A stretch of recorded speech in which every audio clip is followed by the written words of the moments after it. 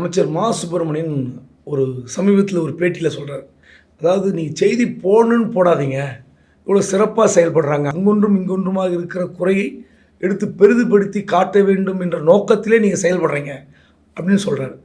அந்த கருத்தை ஏற்கிற மாதிரி இருக்கா?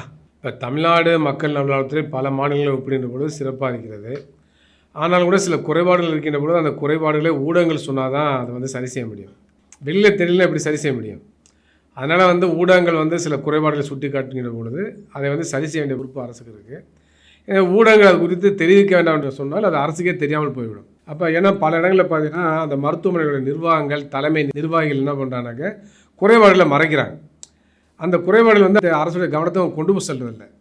அப்போ அரசு கொண்டு செல்லாமல் எப்படி சரி செய்ய முடியும்?